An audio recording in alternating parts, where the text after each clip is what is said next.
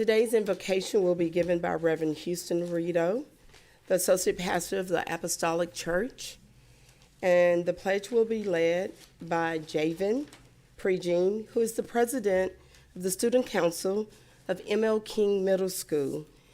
We have M.L. King Middle School Council here, along with Mr. Willie Williams.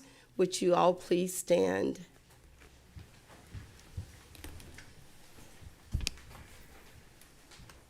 Come to the podium. Oh, right. Prayer first. Prayer first.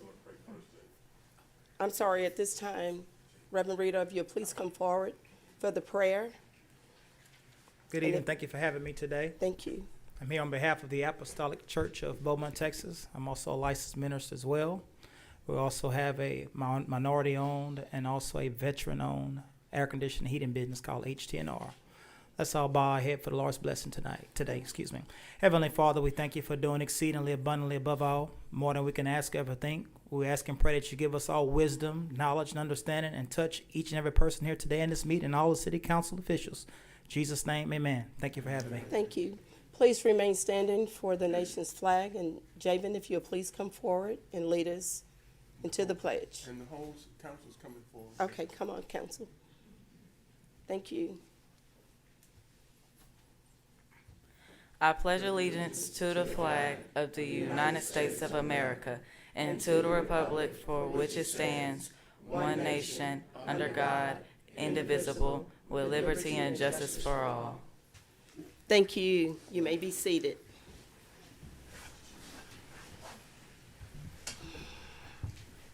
At this time, I will ask if you will please silence your cell phones. And may I have the roll call, please? Mayor Ames, sorry, Mayor Mouton. Oh my gosh. I don't know why she's on my mind. I'm sorry. It's the Sahara dust. It's the dust. Mayor Mouton. Present. Mayor Pro Tem Samuel. Present. Councilmember Durio. Here. Councilmember Getz. Present. Councilmember Turner. Here. Councilmember Felshaw. Present. And Councilmember Neal. Present. Thank you so very much. Maybe Mayor Ames is watching today. Okay, also with M.L. King Middle School, we also have one of their teachers who was named Teacher of the Year, Mr. Chaz Hall. And also, I would like to recognize and congratulate Randy Hodgkins of Sally Curtis, who was also named Teacher of the Year. So if you would please stand, Mr. Hall, so that we could recognize you. Thank you.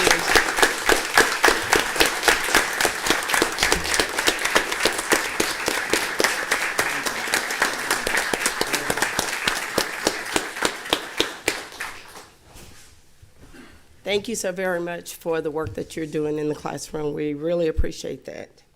Today we have two presentations, and Mayor Pro Tem Samuel will read the first presentation, followed by Councilmember Durio, who will read the second one. Thank you very much, Mayor.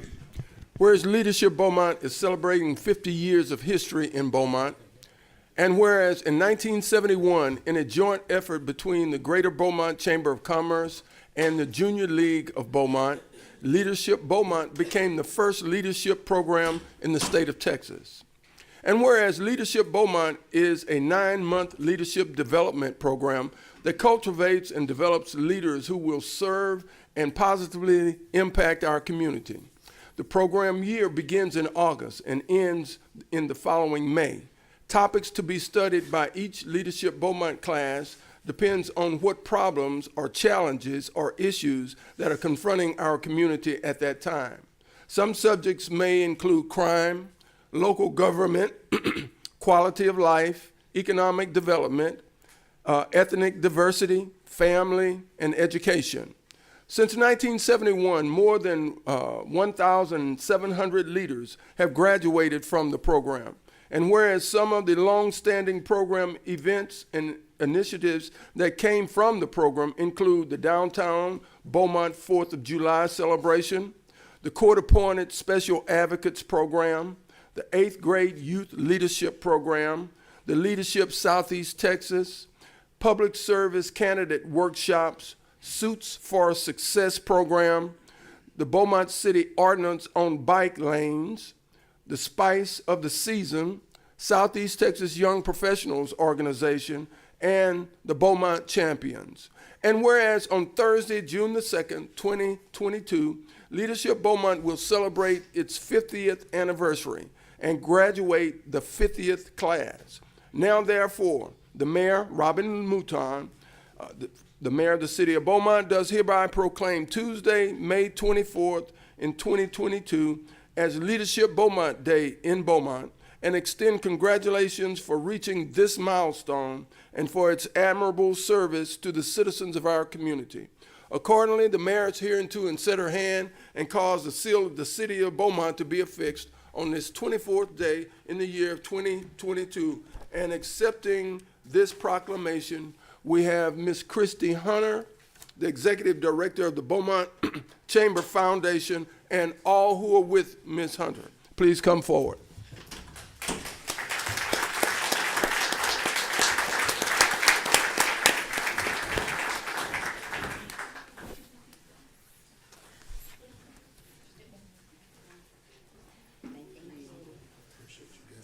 Thank you very much. Thank you. Thank you for what you're doing. How you doing? Good seeing you. Hello, how are you? Good, good. Hi, how are you? Thank you. Thank you. How you doing? I love your hair.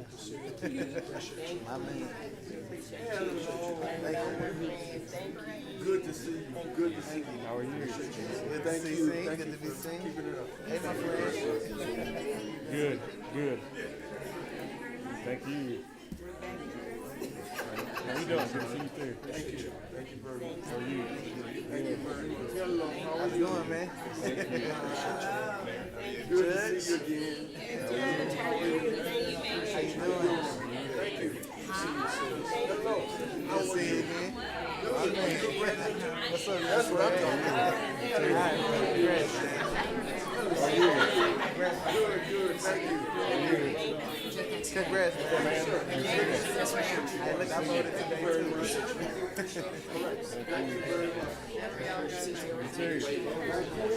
What's up, bud? Hey, look, I make it look good, huh? This is the real politician taking his time. Hey, neighbor. Pat and Sheree neighbors. Thank you, everyone. I want to introduce some of our previous directors that we have here today. We have Miss Shirley Bartos, Amy Tarver, and I don't think Carolee Thompson is not here. But, and then we have Tyler Thomas, who is our chair this year of Leadership Beaumont for the 50th year. And I'm going to invite Shirley to say a few words. Mayor, City Council, thank you so much for this recognition. As you heard, we've had about 1,700 graduates of Leadership Beaumont. I think of these people, leaders in their home, in their church, at their jobs, in our community, in other communities in Texas, and even internationally. The legacy of Leadership Beaumont continues, and thank you so much for this recognition. Guess we can get a picture. Well, I would like to invite anybody that's an alumni to get back engaged with our program. We have an alumni program where we offer mixers and different professional development opportunities. So if you're an you're one of those 1,700, come back and get involved. Well, thank you. Thank you so much for everything that you've done, that you've promoted Beaumont, and we appreciate all of the work that each and every one of you do. Thank you. You can do the picture.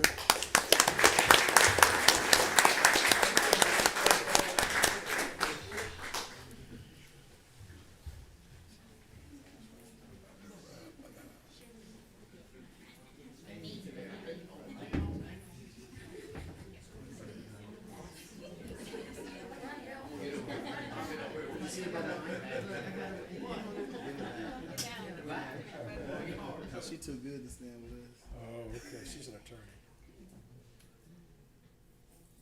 Watch. Tasha got it?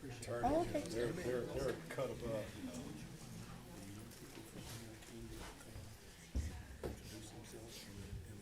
Sure, sure. At this time, I'm going to ask the MLK Student Council. Student Council to please come forward so that you can take a picture in council with the entire council. And would you mind introducing all the members of the council that's here? Is this Kennedy? Go to the podium. If you'll go to the podium. Everybody kind of come around here. That's Kennedy Castile, Akima LaFleur, Josiah, Fatima Alturo, and Jonathan and Mr. Hall. Thank you. And Javen, you forgot to say yourself. And I'm Javen Prejean. Thank you. I'm Willie Williams. I'm the sponsor. Thank you so much. Get a picture of you in there. I know.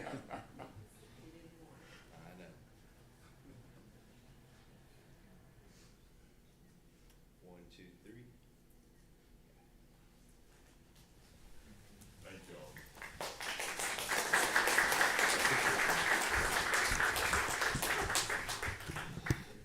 We are so proud of you guys. Thank you for being good representatives from MLK. Thank you. Thank you. At this time, we will have the reading of the Memorial Day proclamation by Councilmember Durio. Thank you, Mayor. Whereas Memorial Day is a federal holiday in the United States for remembering the people who died while serving in our country's armed forces, and whereas the holiday is observed every year on the last Monday of May and is celebrated at Arlington National Cemetery with a ceremony in which a small American flag is placed on each grave. And whereas it is customary for the president or vice president to give a speech honoring the contributions of the dead and lay a wreath at the tomb of the unknown soldier. And whereas as Americans, we are blessed by a rich tradition of freedom that is envied the world over. And that freedom is guarded every day by the men and women in uniform who put their lives on the line to protect us. And whereas throughout our history, thousands of men and women have died defending the liberty that we enjoy each day. And whereas Memorial Day is a time to honor their ultimate sacrifice, and observances and ceremonies will be held throughout our nation to honor these fallen heroes. And whereas this Memorial Day, Monday, May 30th, 2022, 10 a.m. at Forest Lawn Memorial Park and Funeral Home, will be honoring those who have made that ultimate sacrifice by hosting a Memorial Day ceremony and flag retirement. Now, therefore, Robin Mouton, Mayor of the City of Beaumont, do hereby honor and declare Monday, May 30th, 2022 as Memorial Day in Beaumont, and urge all citizens to observe this day by solemnly remembering the sacrifices of all those who fought so valiantly on the seas, in the air, and on foreign shores to preserve our heritage of freedom, and let us reconsecrate ourselves to the task of promoting an enduring peace so that their efforts shall not have been in vain. Accordingly, the mayor has hereunto set her hand and caused the seal of the City of Beaumont to be affixed. Signed, Robin Mouton, Mayor of Beaumont, Texas, May 24th, 2022. And accepting will be Staff Sergeant William Orlick of the United States Marine Corps, Barbara Otto, and Danny Blanchard, Manager of Forest Lawn. Please come forward. Thank you.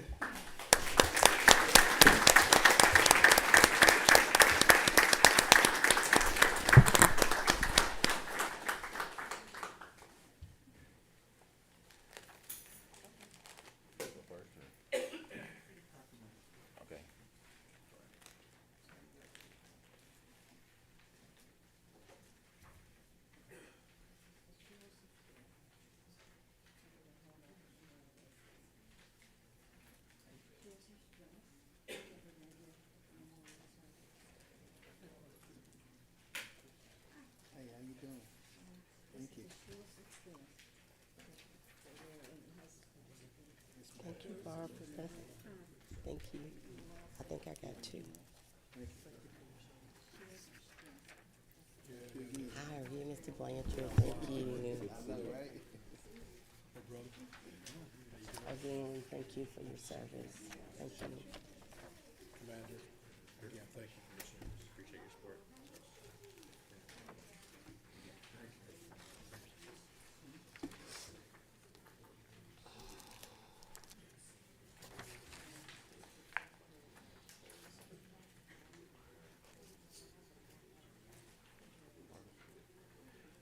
Speak now?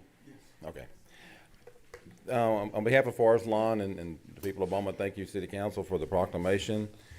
We at Forest Lawn have been honored over the last 70 years to do a Memorial Day ceremony for the City of Beaumont at our cemetery, and we're extremely honored to be able to do it once again. So we look forward to having good turnout and good participation.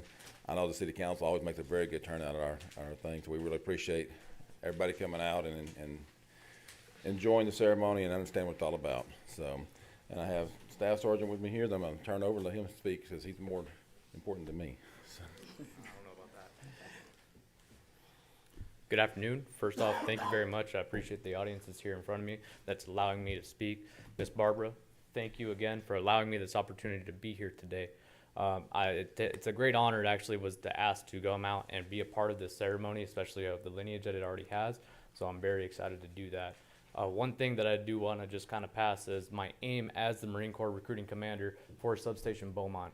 We take care of all the way from Dayton to the border of Louisiana, all the way from Buna down to High Island High School and that whole area. My aim as being the substation commander is more to pass and share information about the military, what it really is and what it does for the young men and women that actually serve. In addition to that, we also like to come through and actually give back to the community, whether it's the individuals that are about to join the military, the Marines specifically, or for those that have served, to be the liaison for them. That way we can actually push them into the directions to give back these quality members of society. That way they can continue to employ here in Beaumont and the greater area and just be those individuals that you guys can lean on. I would implore, please, if you have any questions for me, you can reach out to me in any way. Either whether it be the 21st century, we have Facebook, Instagram, my personal phone number, which you can find on Google or anything of that nature. But again, I would like to say one more time, thank you very much for being here and allowing me to speak in front of today. Ms. Barbara, again, for allowing me, inviting me to do such. But outside of that, thank you for your time. Commander, thank you so very much for the service and your commitment to our country. We appreciate you and thank you for being here today. Barbara, would you like to make any comments? Just inviting all of you to attend. It's a wonderful ceremony. It truly, truly is. And we hope it starts at 10 o'clock. It'll be Monday. And we have the taps. I mean, it's awesome. We'd love to see you all there. And if you are going to attend, please let me know so I can put enough chairs out there for you. But anyway, we do appreciate you. Thank you so much.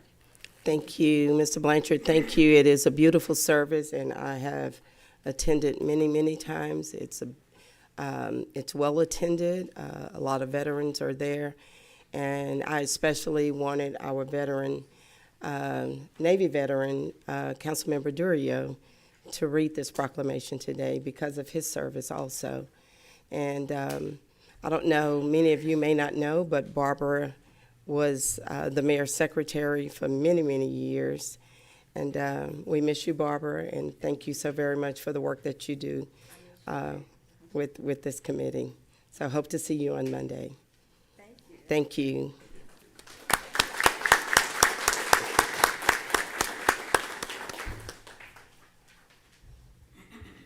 Now's the time for our next presentation, and it's with Mr.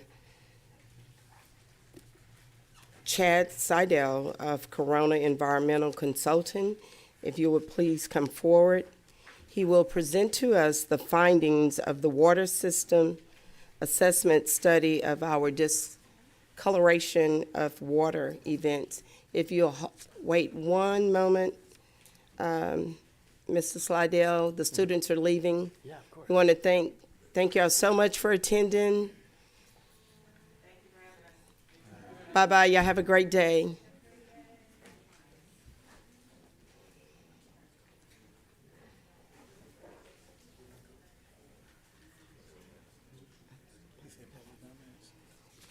Doing it next. Okay, they've all exited the room. You may proceed now. Thank you so very much. Yeah, thank you so much for having me. Mayor, council members, staff, and members of the public, pleased to be here. And thanks too for the way that you're honoring those in your community, students and veterans. I finally remember those types of engagements early in my life, and it made a big difference, and I know that it'll make a big difference in theirs as well. So I'm pleased to return to speak to you, having done so the first time previously, before we were engaged by the city to assess questions, concerns, and next steps possibly of addressing issues of discolored water in the water distribution system, and here to report on those findings. And so our efforts, we were engaged to assess those complaints related to discolored water and water quality concerns. In doing so, we reviewed water quality data from the surface water treatment at Pine Street, the Loeb groundwater treatment plant, and also in the distribution system. Myself and staff conducted site visits to evaluate the various water sources, the treatment processes that are involved, and then the distribution system facilities, their condition and operations, and then developed recommendations for both optimizing treatment and operations and minimizing ways to minimize future discoloration events. And so out of that, wanted to really report on what came of that. So clearly, there have been concerns with respect to discolored water complaints. You'll see on the left there a chart of the number of complaints by month from June 2020 through September 2021. Two key time periods in July of 2020 and then again in June of 2021, noted by both a water main break and then hydrant testing, led to pretty widespread customer complaints associated with those concerns. The map on the right shows the locations across the community of where those complaints were received from. And I think certainly can appreciate the fact that no community wants to be in this condition, but wants to be able to understand what those are and to address those meaningfully. And so as we worked with staff collaboratively on assessing those conditions, really have some really important key takeaways. The first is simply that while we may want a singular solution, there really isn't a singular finding or recommendation that will immediately resolve these concerns. It isn't a snap of the fingers that makes this happen. However, a comprehensive and cohesive strategy is both needed and is being implemented to address these concerns. And the city is already underway with many of those things. Now, I'll speak a little bit more to the key aspects of those, and glad to answer any questions you may have with those. So let's first step into the things that city staff have already been addressing. The first of those is cleaning water storage tanks. So half of those have already been done. They've been cleaned and inspected. That is known to be a reservoir or harborer of some of the concerns with respect to water quality. And this is a pretty standard practice that needs to be done routinely on a schedule to be able to mitigate and maintain water quality concerns. There has also been efforts to monitor for manganese. That is one of the primary culprits of these water quality complaints, and that has been it's been ongoing at the Pine Street surface water treatment plant, and that is necessary to really understand the degree to which those water quality concerns are being observed in the water as it's coming to the water treatment plant, how it's being addressed through the water treatment plant, and ultimately what is being delivered into the distribution system and then served to customers. Now, things to move forward with and next steps beyond that, these would be the highest impact recommendations. And the full report goes into significant additional technical detail beyond these, but I'll just highlight these initial key points. The first is that the Pine Street surface water treatment plant, we're recommending that chlorine dioxide be implemented to improve the removal of manganese. Manganese is a contaminant naturally occurring in drinking water sources that requires a pretty high degree of chemical oxidation to be able to effectively remove it with a surface water treatment plant. You have all of the treatment processes at the Pine Street Water Treatment Plant to do that, but need to have more effective oxidation of the water before it goes through those filters. But in doing that, that would effectively reduce the amount of manganese making its way through the water treatment plant and then being delivered to customers and being able to be accumulated in the distribution system. That's a really important first step.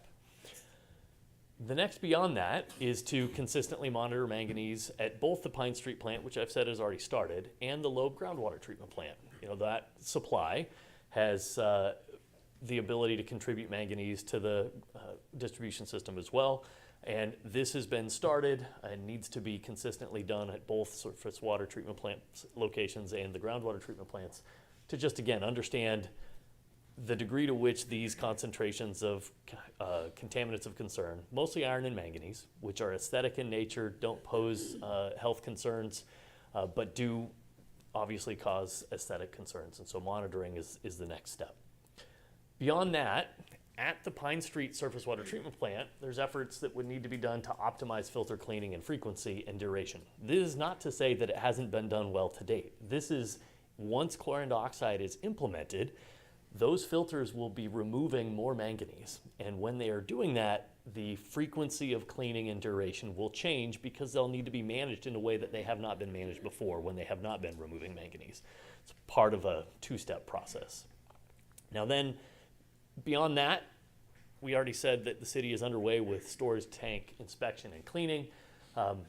That needs to continue. And those efforts need to be on a routine schedule going forward and addressing the fact that these types of aesthetic concerns, manganese and iron predominantly, can and do accumulate in water distribution systems and need to be removed from the distribution system in places where those have been problematic. Even if you take it out at the source water, if it's in the distribution system in places like tanks, it can still lead to be in customers' taps.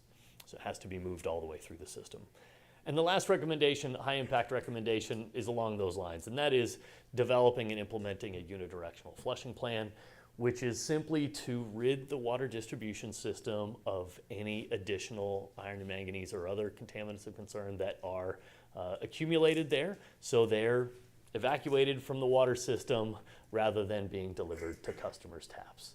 And this plan, in concert with a number of other lesser details, are a part of that comprehensive, cohesive strategy that basically means that as the city is addressing any water-related investments and operations, that it has in mind the question of how can this and how is this addressing discolored water concerns, because every step that is being taken by city staff in that regard has the opportunity to improve upon those things. And our observations is that that is happening in a number of ways, and some of these high impact recommendations are things that can be prioritized to speed the process of mitigating those concerns.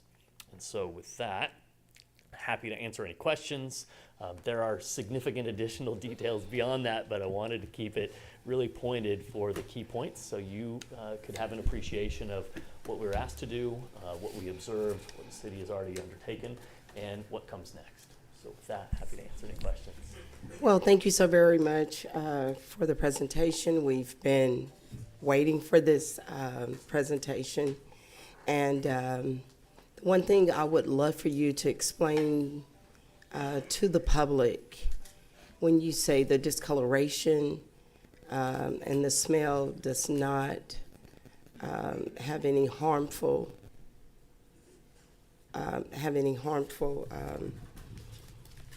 after public health concern. I think well, is the public way that I health would concerns, describe it. right? Yes, yes. But someone looking at brown water and pouring a glass of water and it's brown and you can smell it, then they're not going to want to drink it. Absolutely. And so, from your report and what you see, how would you explain that to the general public? So those conditions, I absolutely agree. That is not an acceptable condition of providing high quality water to your customers. I think we've been engaged in addressing these issues in a number of water utilities across the country. that is the state of the condition of the system as you were experiencing those complaints, particularly as shown on that map and on that graph over the 2020 and 21 period, and I know there have been even some since then. There are accumulated concentrations of manganese and iron in the water distribution system, and there has been continued iron and manganese coming from both the groundwater and the surface water supply. And so the process of mitigating that has to be removing it at the sources and then ridding the water distribution system from what has accumulated over time. And in time, those things will be decreased over time. But unfortunately, there's not a way to just immediately make it go away. So in answering the question of a homeowner that might experience the situation of drawing a bath for their child and the bathtub doesn't look like it's clean. Nobody wants that. Nobody wants to have that. I describe it in two ways. One, the data that we reviewed associated with the water quality conditions under those cases did not, from the city's records, describe any health concerns.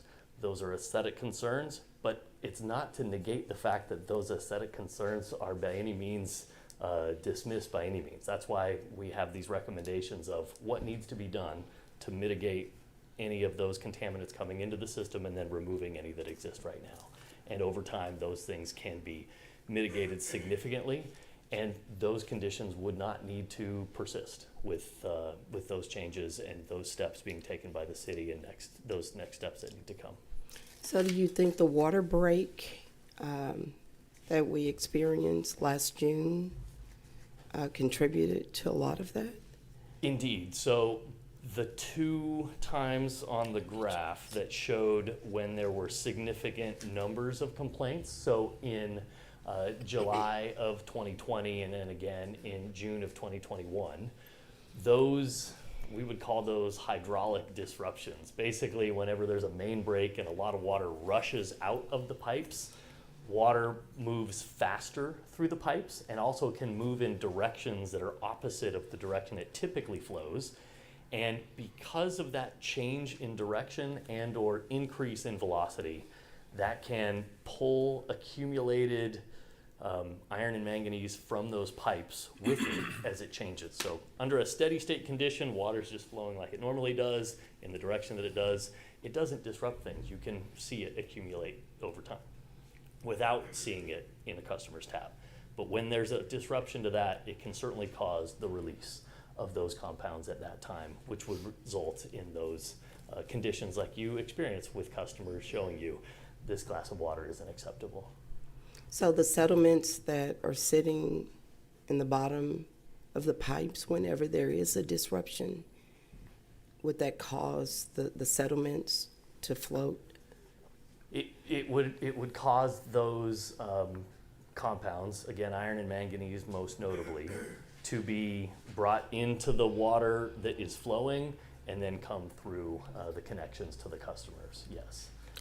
That's why the last recommendation is a unidirectional flushing program that effectively does the same thing as the main break and the hydrant flushing, but in a way that evacuates those contaminants out of the water system instead of into customers' homes. So if we know that those things have accumulated, we need to evacuate those and get them out of the distribution system so they don't have the opportunity of ending up in customers' taps if a disruption like that happens. Okay, thank you. Yeah, of course. Councilmember Felshaw, then Councilmember Samuel, and then you. Yeah, just for the sake of our citizens, could you address the concerns they may have with the treatment of the water with chlorine dioxide, just health issues? Because anytime you make mention of that, we're going to put a chemical in your water. Indeed. And then you're going to consume this. I'm sure of your answer, but could you just clarify that with our citizens that there are no health concerns? Happy to. So chlorine dioxide is routinely used for this purpose explicitly. There are countless numbers of water utilities across the country and a significant number in the state of Texas that employ the use of chlorine dioxide exactly for this purpose. And so chlorine dioxide is a common water treatment chemical. It's similar to the other disinfectant or oxidation processes used. It is regulated by both the state regulators for water systems as well as the US EPA.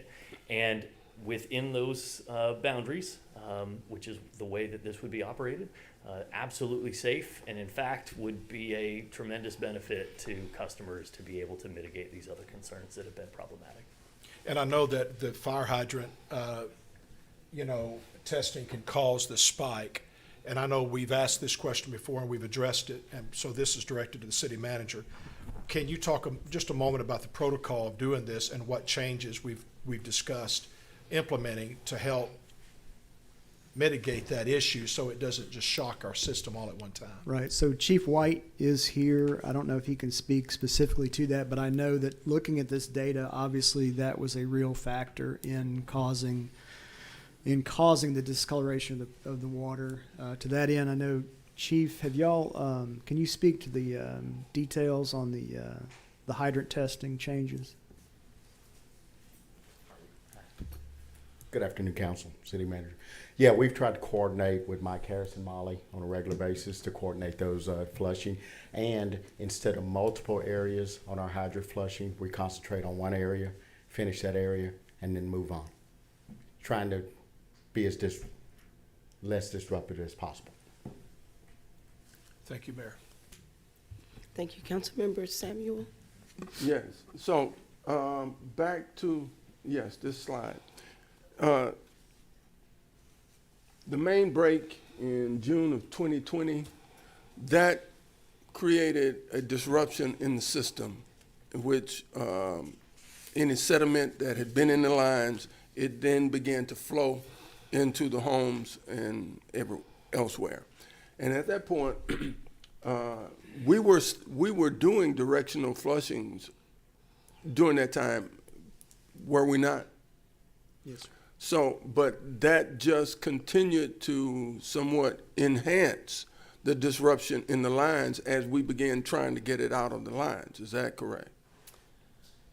Yeah, so maybe it's important to have a little bit of context around how flushing or unidirectional flushing can be used to mitigate these types of concerns. Yes. Whether it's, because it can both be sediment, as in if you look at the bottom of a toilet tank, you might see actual sediment. Mm-hmm. You might flush that out, and then you may still see some that's still on the side of the tank that was just attached to the side of the tank. Mm-hmm. The difference between what would be considered more typical flushing is you'll get that loose sediment at the bottom of the tank out pretty readily.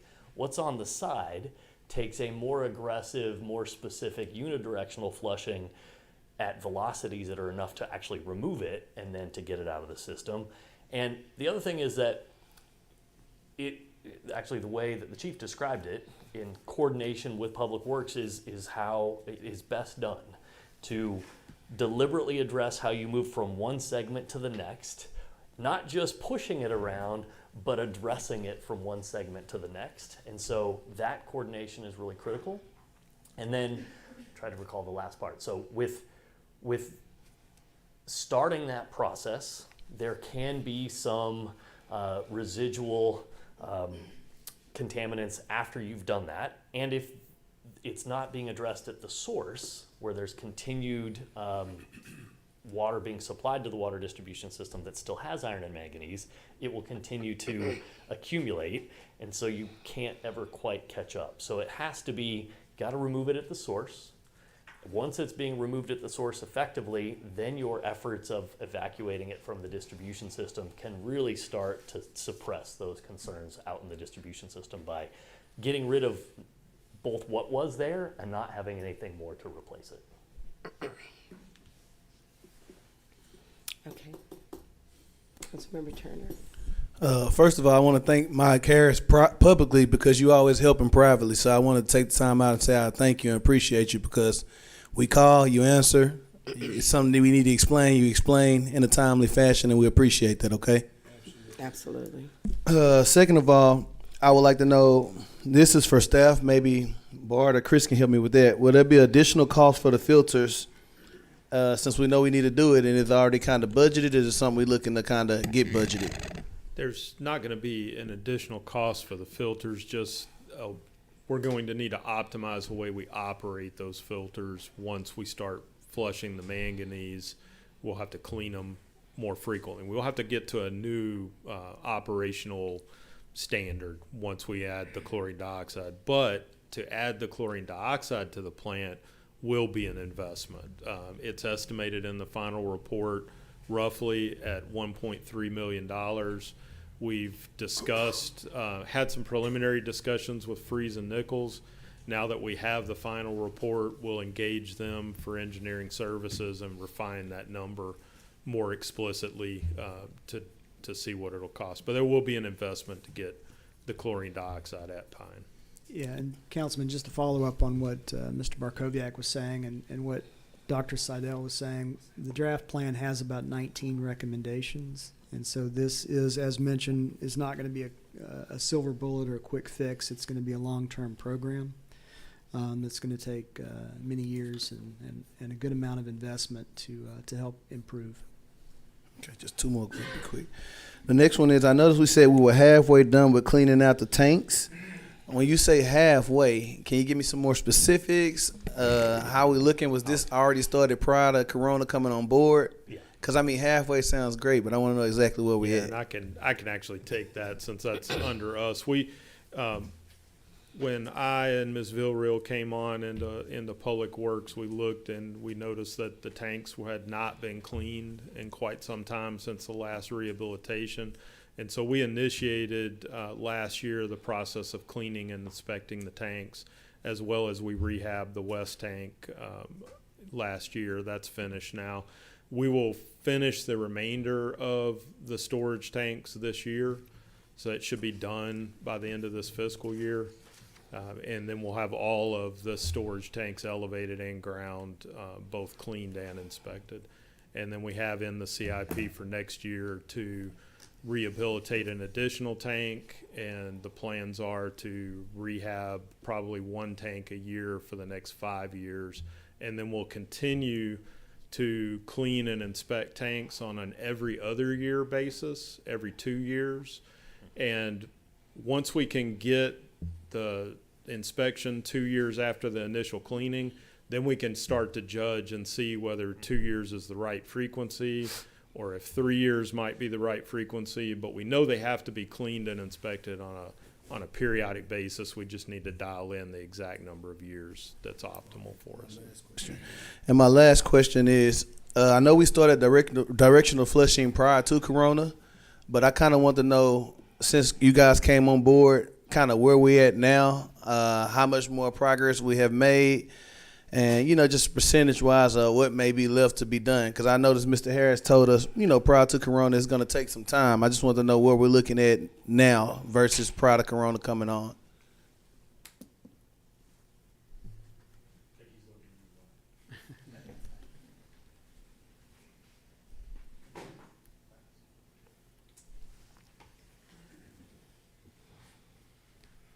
Good afternoon.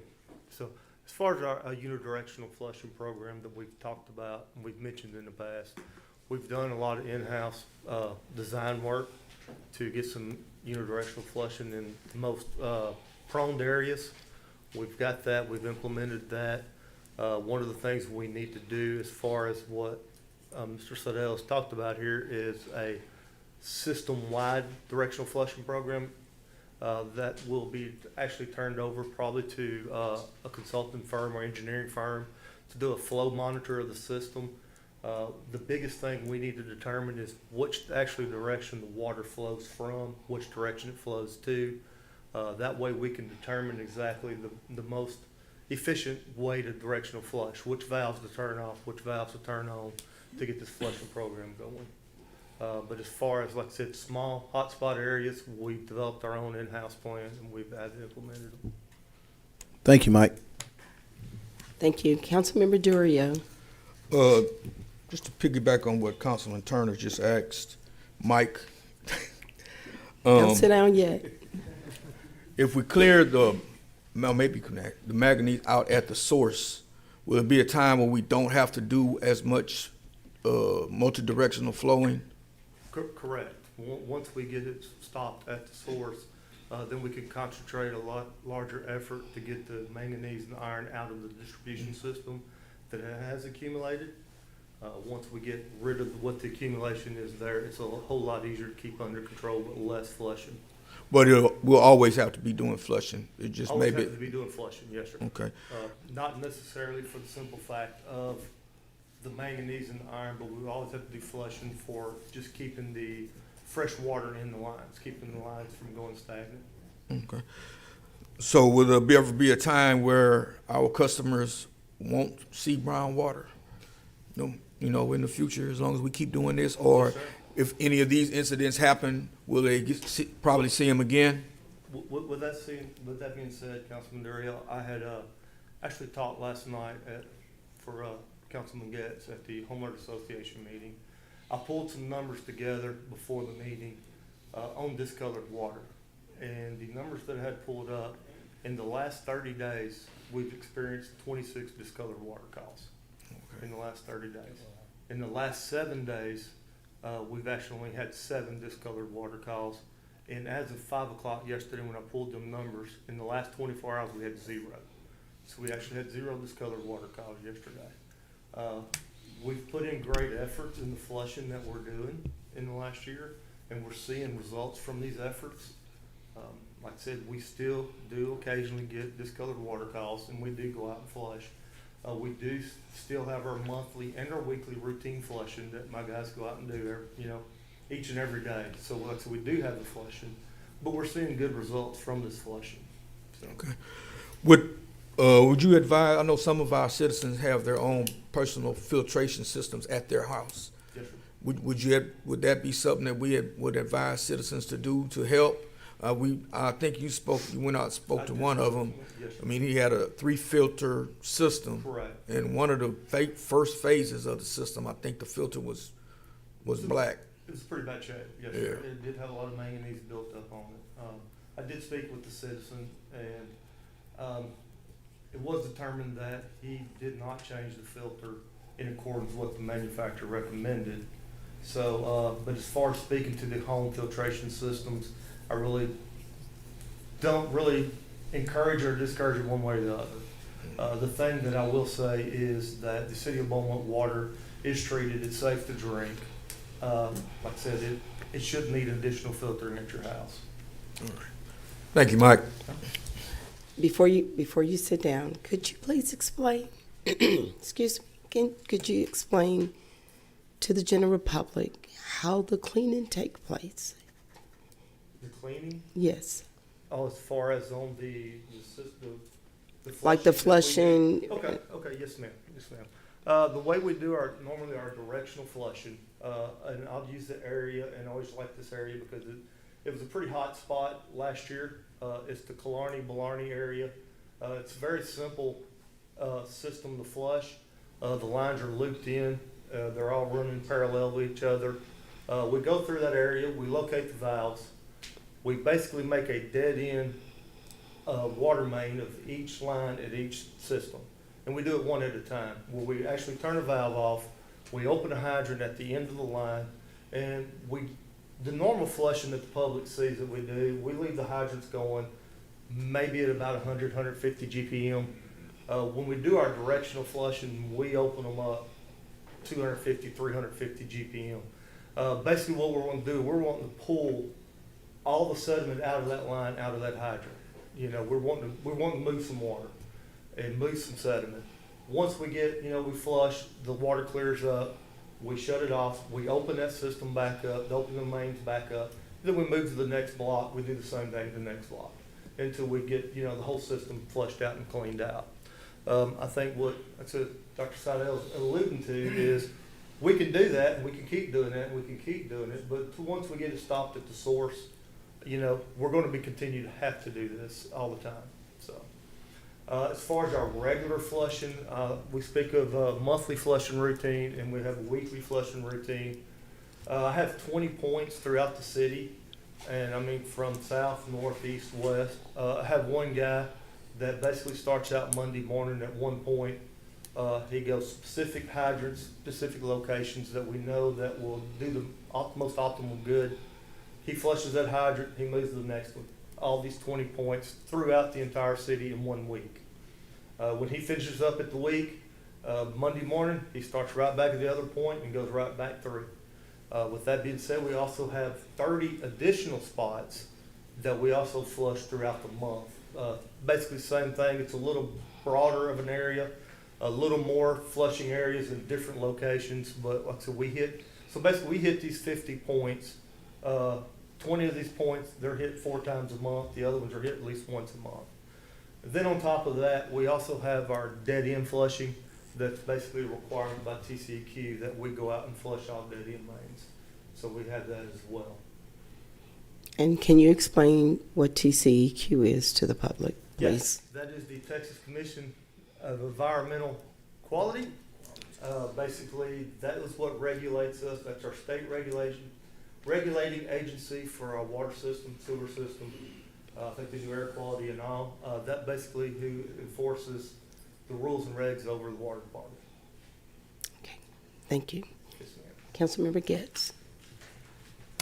First, Mike, thank you very much for coming out to the Dowling West Neighborhood Association and the Meadows. They had a joint meeting last night. Your presentation was very informative, and I think everybody truly enjoyed it. I know I did.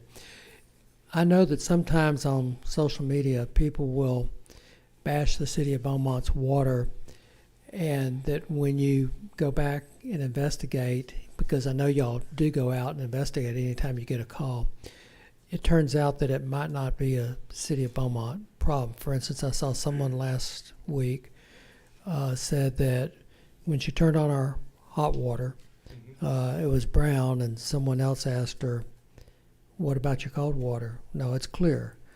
When you get a situation like that, what does that indicate to you? A lot of times it indicates that the hot water heater in the house needs changing. Over time, your hot water heater will collect sediment, will also corrode and rust on the inside because it has a steel tank in it. So if you're having spirits and discolored water, and it's only out of one faucet, it's only out of the hot water. I did have an instance with a lady that we talked back and forth several times that we finally determined it was only on one side of her house. And then she said, "Well, I've got 2 hot water heaters." I said, "Well, have your plumber check it." That sediment, the corrosion inside of the thing, it'll build up. And then when you turn the hot water heater or the hot water on, the water comes out of the hot water heater and gives you discolored water. So like I said, a lot of times, we ask, okay, have you checked both faucets? It's coming out of both faucets, coming out of the hot water, the cold water. Are you getting it throughout your house? So that's some things to check. If you are experiencing discolored water, by all means, please call us 311. We will definitely come out and check it, see what's going on. But, some things to do yourself, like I say, check, run hot water and see if you're getting discolored water, then run the cold and see if you're still getting the discolored water.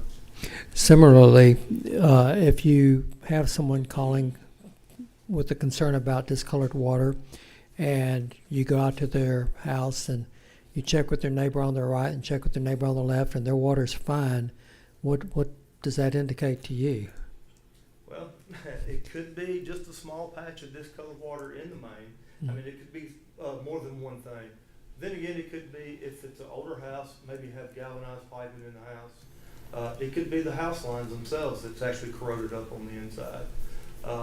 In an instance like that, what we'll probably do is pull just a sample at the hydrant on the outside, the first hydrant that comes into the house. We'll pull a water sample there, check to see what's going on with it, what's the discoloration. If it's throughout the house and you're not getting into that first hydrant, then chances are there's the lines in the house that are maybe causing the issue. But we will still, like I said, we'll flush anyways just to make sure there's just not like a small patch that's in the line. And finally, one of the things that struck me in the report that we gave, and I'm mindful that we just got a 10,000-foot view, not down in the weeds, but it looks like we're not talking about the need to spend a lot of money on infrastructure other than implementing the chlorine dioxide mechanism to be able to do that. But it's not like you're suggesting, unless it's something in the report I hadn't seen, that we're going to have to dig up and replace a lot of water lines. It's more of a process that we need to follow.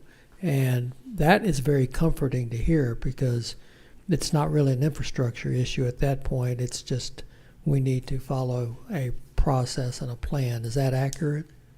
Yeah, that would be our assessment at present. Now, clearly the need to cut off the iron and manganese from coming into the system to begin with is the necessary first step. Once that's done, then the continued, in-house flushing efforts that Mike and team have been doing so far will continue to show the degree to which that needs to continue. But the unidirectional process, it will go through the entire distribution system from source to the outer edges, will inform the degree to which those contaminants are a problem, and if there are any places where the existing infrastructure is to the point where it can't be, remediated, so to speak, or can't be addressed, if there's places where the pipes are contributing to the problem. But by and large, the city's infrastructure is, from what we have seen, is in good shape with respect to that. There's PVC lines that aren't going to be like communities where we've addressed these issues, where it's old ductile iron pipes that corroded to the point where a 12-inch main only has, like a 3-inch passageway in it. So you're not in that situation. So I do agree with you, your statement, with the statement. Now we do have old parts of the city where we have iron pipes, and to some extent, yes. Has that been inspected to be determined to be in good shape as well, or? That would need to come as a part of that. That's a part of that unidirectional flushing program. So that type of unidirectional plan, as Mike described, it's a designed plan that starts at the source. So once you know the source is clear and you're using fresh water from that point that isn't going to further introduce those contaminants to those locations, you go segment by segment moving downstream. You record a lot of data that helps you understand how much sediment or how much iron or manganese comes out from those flushing activities, how many times it takes to get to your stated goals and objectives. And then as you map all that out, you'll have a sense of this portion of the distribution system that's PVC lines, this portion that's ductile iron mains, this portion that might be, other pipe materials, the degree to which that is achieving your goals or not. And that then can help inform how the city is prioritizing pipeline replacement, which is a part of your program already. It's just a matter of, as I said to begin with, you're doing a lot of these efforts already of investing in your infrastructure. The question that needs to be added to every one of those efforts is the degree to which that helps achieve this priority, because every step you take can help improve this. Thank you. Thank you. Councilmember Philshar. It's encouraging to know that we've identified the problem. We have a plan, and we're going to work the plan. So this is encouraging, but don't want to give false hope to our citizens. Considering the water that we're pulling, there's always going to be an issue there. I mean, it's not like we're getting crystal clear water.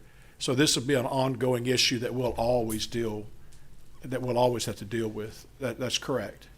Yeah, correct. The concerns in the distribution system should decrease over time once it's addressed at the source. So getting to the point of having addressed it at the sources is really important.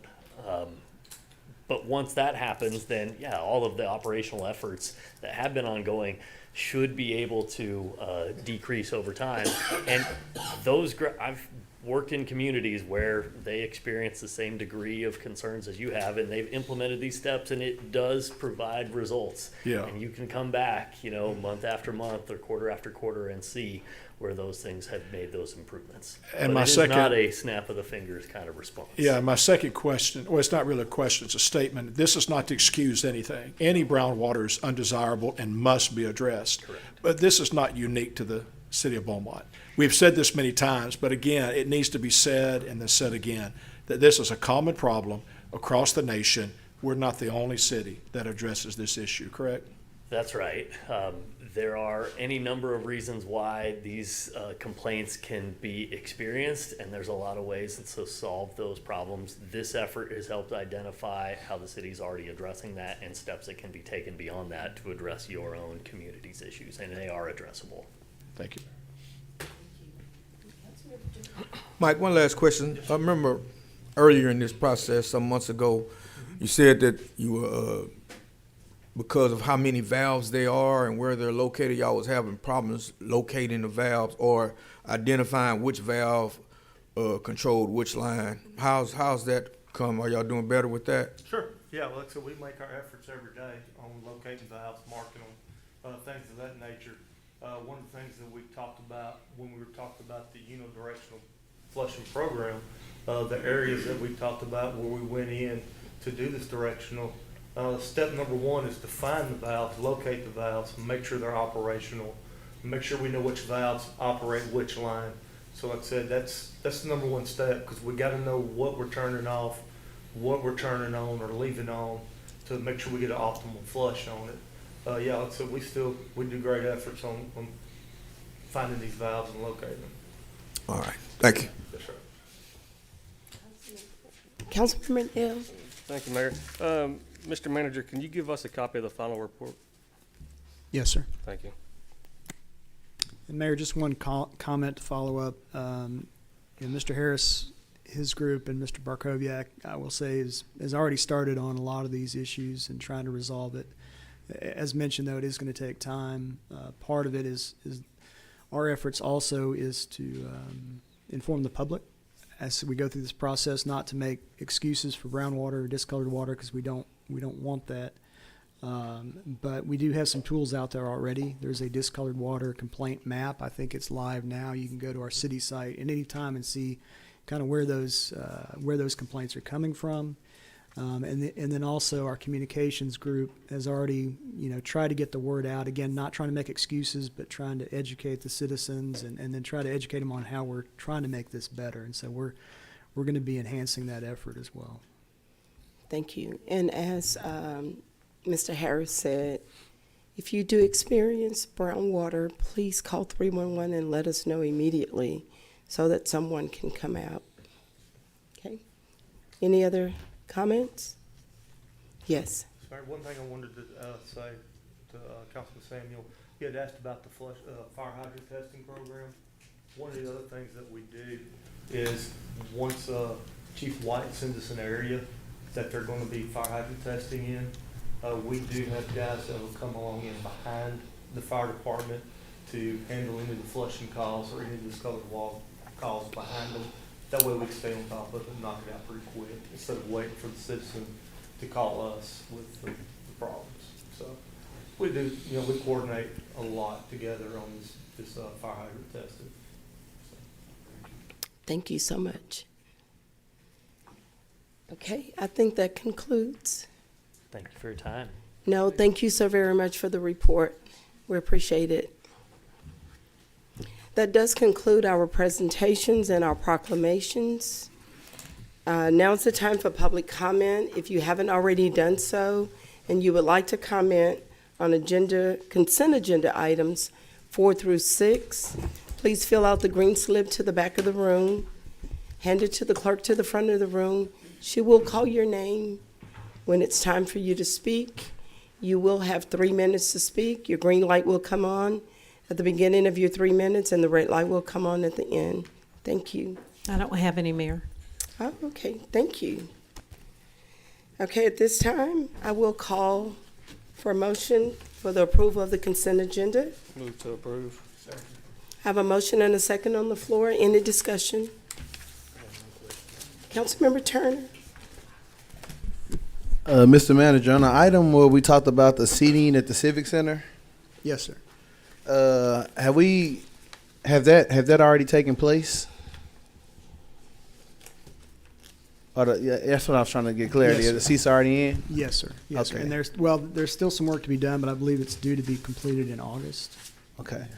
And just a question to think forward in the future. Is it possible if we did ever go back, let's just say 5 years down the line, and we did something with our Civic Center where we maybe opened it up, where we can see the riverfront view, would it be possible we still can utilize the seating that we just invested in, restructure it? Yes, sir. Yes, sir. I do. That seating's designed, it's commercial grade, so it's designed to last a long time, so it could always be, if it makes sense, it could always be reused. Okay, thank you. Yes, sir. Any other discussion?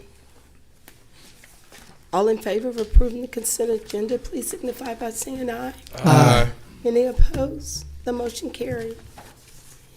I would like to read, at the close of the city council meeting, we will hold an executive session considering matters related to, contemplated, or pending litigation in accordance with section 551.071 of the Government Code.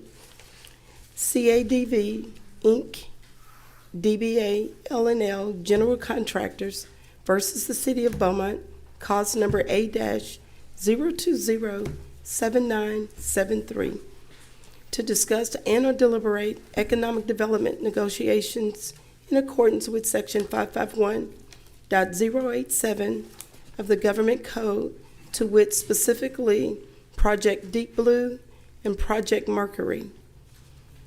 Also, to consider matters related to the deliberation of the purchase, exchange, lease, or value of real property in accordance with Section 551.072 of the Government Code, to wit specifically land owned by the City of Beaumont at 555 Main, Beaumont, Texas.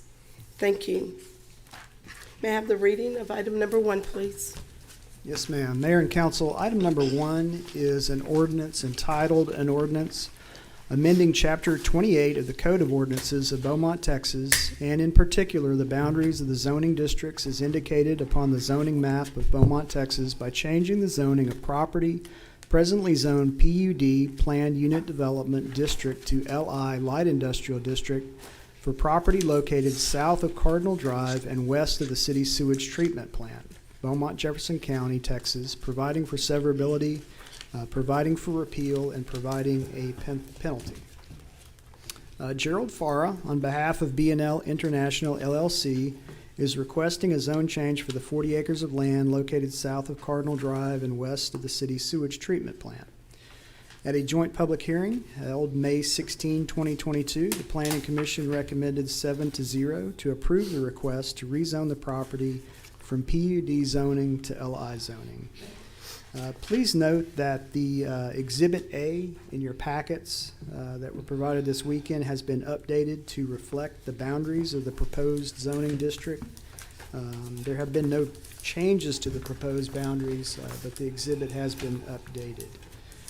But based on that, administration is recommending approval of this rezoning. Thank you. You've heard the reading of item number 1. May I have a motion, please? Motion to approve. Second. I have a motion and a second on the floor. Any discussion? No discussion? All in favor, please signify by saying aye. Aye. Any opposed? The motion carried. May I have the reading of item number 2, please? Yes, ma'am. Mayor and council, item number 2 is an ordinance entitled, an ordinance granting a specific use permit to allow a home daycare in an RS residential single-family district at 1225 Glendale Street in Beaumont, Jefferson County, Texas. Mary Delaney is requesting a specific use permit to allow a home daycare at this location. At a joint public hearing held on May 16, 2022, the Planning Commission recommended 7-0 to approve the request for the specific use permit to allow the home daycare, subject to the following condition. Number 1, it must meet all requirements by water utilities for any water and sanitary sewer improvements, including any requirements of the city's backflow and/or pre-treatment programs. Please note that Exhibit A in your packet has been changed to reference the site plan, and Exhibit B now references the owner of the properties. Again, no changes have been proposed from the original, but the exhibits have been changed. But with that, the administration is recommending approval of this item subject to the same condition. Thank you. You've heard the reading of item number 2. May I have a motion, please? Move to approve, subject to those conditions. Second. I have a motion and a second on the floor. Any discussion? All in favor, please signify by saying aye. Aye. Any opposed? The motion carried. May I have the reading of item number 3, please? Yes, ma'am. Item number 3 is an ordinance entitled, an ordinance granting a specific use permit to allow an automotive paint and body shop in a GCMD, General Commercial Multifamily Dwelling District, at 4145 College Street. Brandon Edmonds is requesting the specific use permit to allow an automotive paint and body shop at the location at 4145 College Street. At a joint public hearing held on May 16, 2022, the Planning Commission recommended 7-0 to approve the request for the specific use permit, subject to the following conditions. Number 1, construction plans must meet all requirements by water utilities for any water and sanitary sewer improvements, including any requirements of the city's backflow and/or pre-treatment programs. And number 2, install a 5-foot wide sidewalk along College Street. Please note that the exhibits in your proposed ordinance have been exchanged from what was in your packet. Exhibit B now references the site plan, and Exhibit A references the ownership of the application. The administration is recommending approval of this item subject to the same 2 conditions. Thank you. You've heard the reading of item number 3. May I have a motion? Move to approve with the 2 conditions. Second. Have a motion and a second on the floor. Any discussion? Mayor. Councilmember Duria. Yeah. Chris, Yes, can sir. you explain to the public about the requirement with the nursing home being right behind this mechanic shops about the buffering for the noise and things? Yes, sir. So there is a residential facility located just to the south. It's zoned RMH, residential multifamily high density. Because this is a commercial development, there is going to be a required buffer along the south property line, which will include an 8-foot privacy fence. One other thing, I see on the installing the 5-foot sidewalk, is that something that's normally done?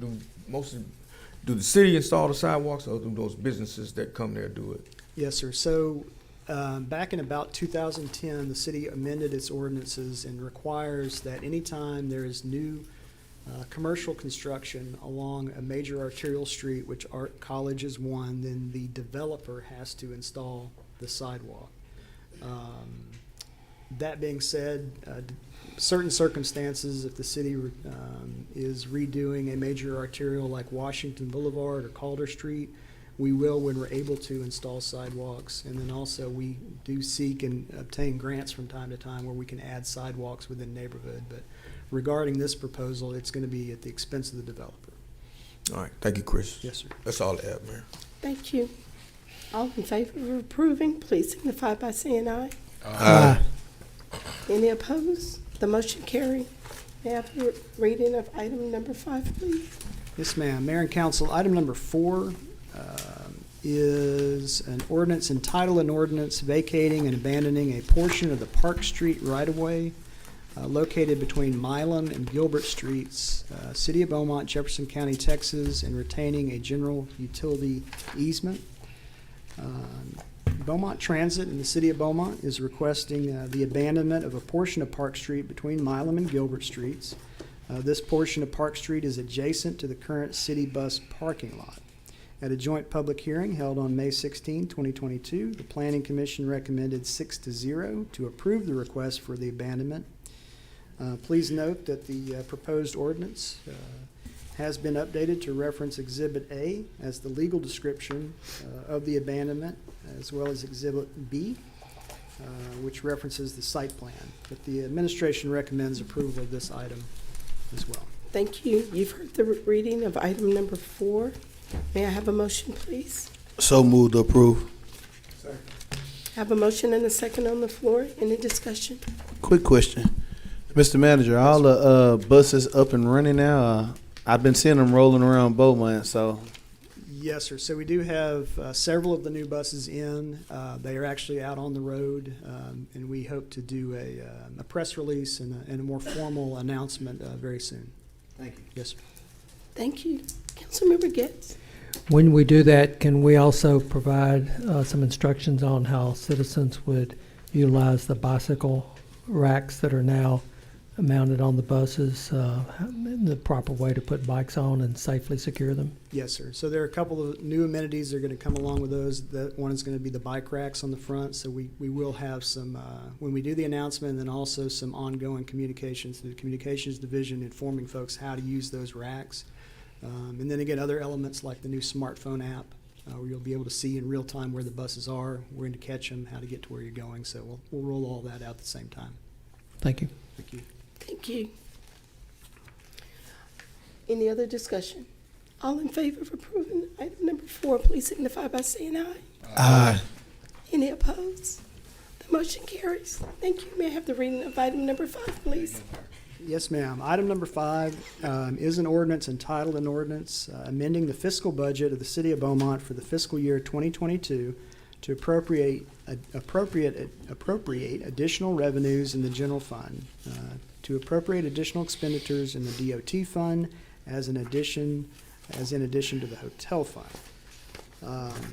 In accordance with Article 6 of the city charter, the city manager shall strictly enforce the provisions of the budget as specified in the ordinance adopting the budget. He or she shall not authorize or approve any expenditures unless an appropriation has been made in the budget ordinance adopting the budget and there is an available and unencumbered balance of the appropriation sufficient to pay the liability to be incurred. Approving the proposed amendments will ensure that expenditures are within the approved budget and that inter-fund transfers are in accordance with financial policies as approved within the budget document. And there are two proposed amendments. Number one is in 2020 and 2021, monies for commercial motor vehicle citations were inadvertently put into the general fund and not the DOT fund. And we simply need to amend the budget to transfer this money out of the general fund and make a cash transfer from the general fund to the DOT fund for $16,600 so that the DOT fund will be correct in the case of a state audit.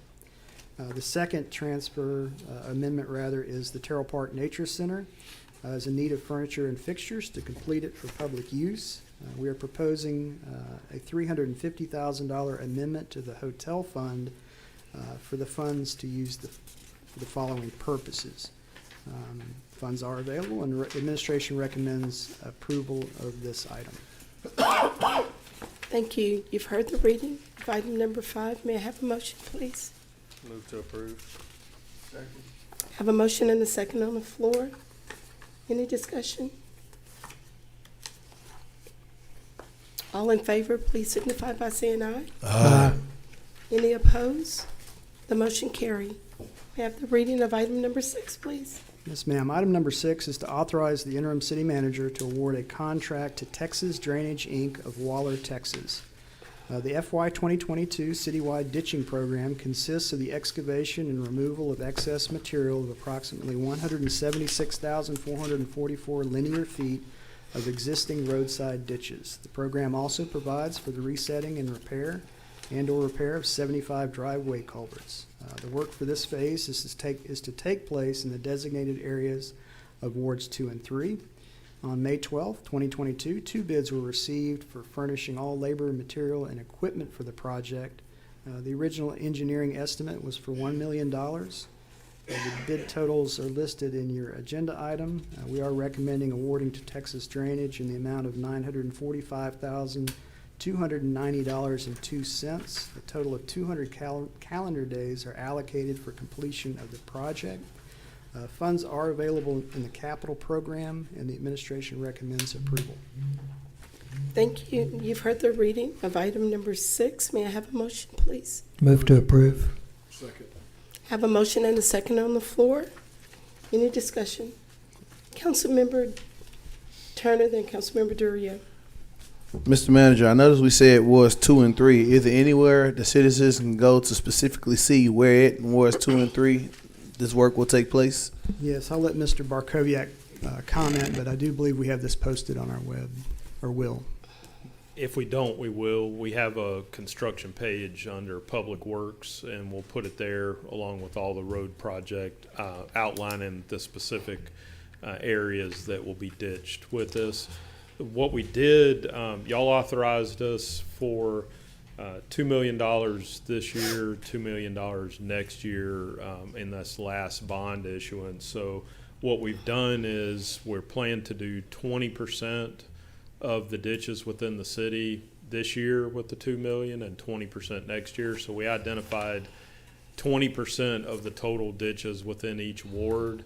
We had to survey everything in, and that took some time. So what we did was when we finished surveying on Wards 2 and 3, we put the bid package together and issued it out with this.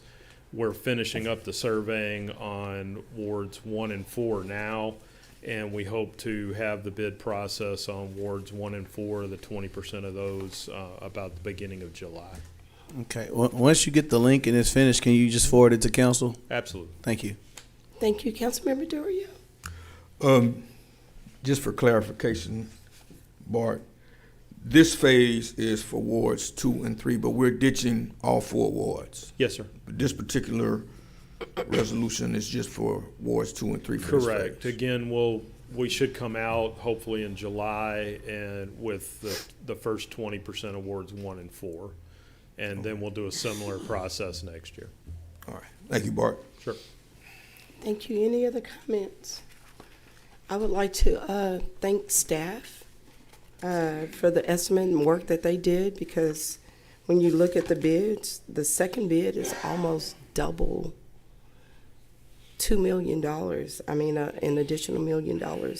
So I want to thank staff for the work that you did on this. Thank you. Thank you. All in favor of approving, please signify by saying aye. Aye. Any opposed? The motion carried. Next, we have a public hearing. Mr. Manager, will you please read the public hearing?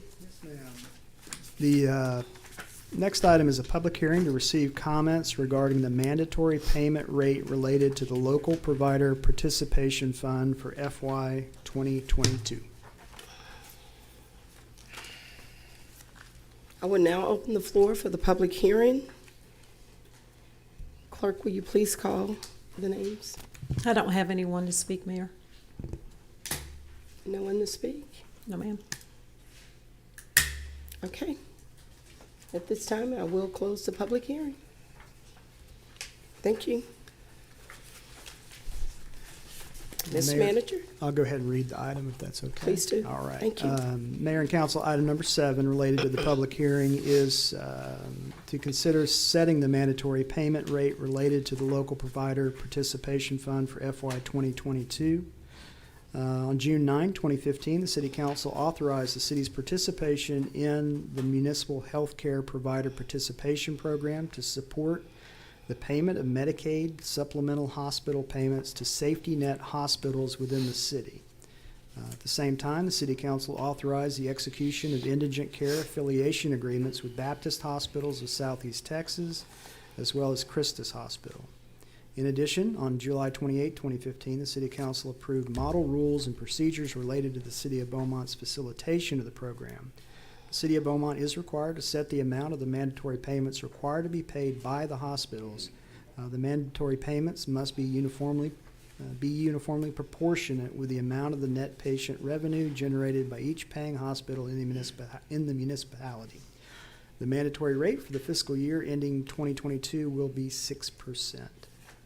The funding, again, is local safety net hospitals do make mandatory payments into the Beaumont Municipal Health Care Provider Participation Fund to fund this program.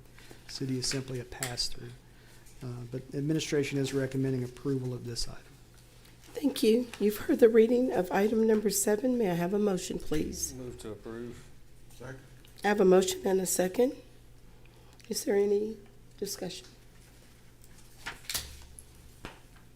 No discussion? Please signify by saying aye for approval. Aye. Any opposed? The motion carried. The next public hearing, Mr. Manager, will you please read the public hearing? Yes, ma'am. The next public hearing is to receive comments on a determination of the Public Health Director that public health nuisances exist on the properties owned by Kevin Don Covell at 7050 Donna Lane and David Wayne Pinner at 3060 Charles Street, and Gerard Monty, estate of Brian David Henry at 10295 Old Voth Road. And a presentation on this item will be made by Kenneth Coleman, our Health Director. Thank you, Mr. Coleman. Good afternoon, Mayor, City Manager, Council. As City Manager just read, we're bringing before you 3 properties that I also have with me is Lynn Foote, who is the Manager of Code Enforcement, and Justin Jackson, who's my Environmental Health Manager. According to the City of Beaumont Code of Ordinances, Chapter 10, Health and Sanitation, Section 10.01-001, a nuisance is defined as whatever is dangerous to human life or whatever renders the ground, the water, the air, or food a hazard or injury to human health is hereby declared to be a nuisance.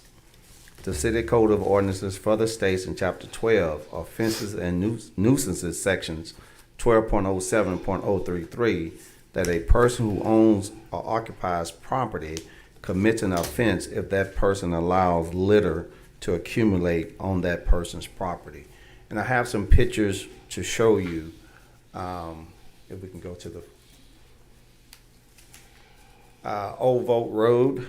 As you can see, they're in violation of the litter and the rodent harborage.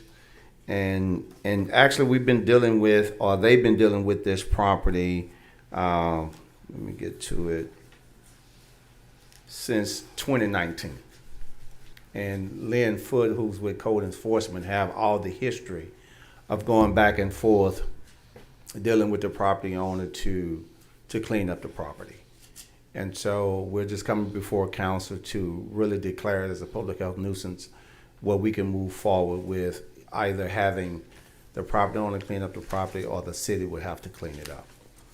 And so they're in violation of the the ordinance on rodent harborage as well as litter. As you can see, you know, none of us should have to live in a neighborhood with this going on. And again, we've been dealing with this particular property since 2019. Let me go to the next one. And 750 Donna, it's really the same. As you can see from the pictures, it's a lot of trash in the yard. And so again, and with Donna, we've been dealing with this property since January of 2021. And again, it's been ongoing, going out, trying to work with the property owner to get them to clean up their property. Go to the next one. And 3060 Charles, kind of the same thing. And also with this one, he's violating the weed ordinance, as you can see. And 3050 Charles, we've been dealing with this property since 2020.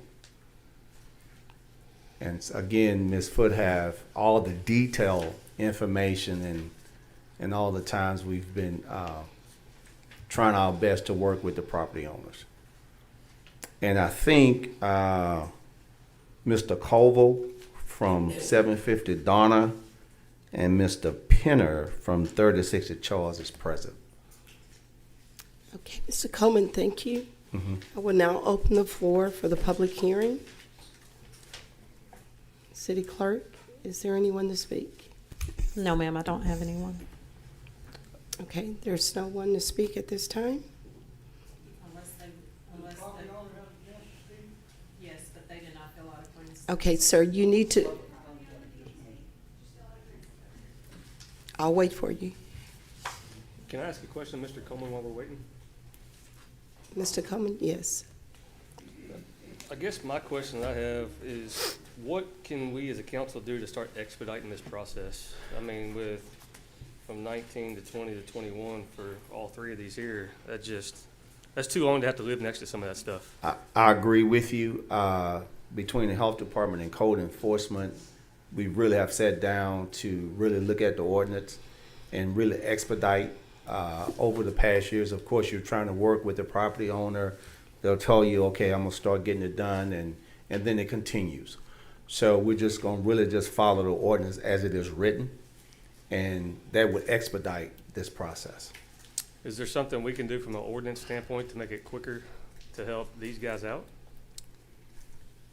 I would say that a lot of the ordinances, and perhaps rightly so, are heavily weighted in favor of the property owner. It gives them ample opportunity to abate the issues. Having said that, it's probably incumbent upon us to try to advance some of these from the code enforcement level to this level, which is these are the more serious issues, and then again, try to get a judgment to get out there and the city be able to clean these properties up.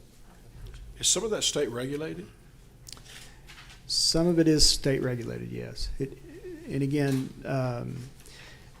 code enforcement operates primarily, of course, on city ordinances, whereas the health department operates on city ordinances, but also they have additional powers derived from the state codes. So, and that's why 99% of the code enforcement issues, are able to be handled within the code enforcement division. It's these properties like this where we really need to call on our friends in the public health department. Councilmember Turner, then Councilmember Durio. If our staff is responsible for getting out there cleaning this up, who's the financial obligation fall on? Is it billed back towards the property owners? How does that work? So the way it works is in general code enforcement. So again, about 99% of the code enforcement cases, we rely on the property owner to clean the property up. Okay, that leverage is achieved through municipal court and threats of fines and imprisonment, mostly fines. In the case like this, and city attorney, correct me if I'm wrong, but in cases like this, what we're asking for is authorization to try to move this, elevate this to a situation where the city can hire a contractor, go on this property and abate the nuisance ourselves, okay, and then send an invoice to the owner. So it's at a higher level. So in other words, most of the code enforcement cases, we rely on the owner to abate the issue. In cases like this, because we just haven't been able to get abatement, we're asking authorization. And again, I believe if we don't get traction through this, it would have to be elevated, I believe, to the district court. Yes, so what we do is we file an injunction at the district court to allow entry into the property and to clean it.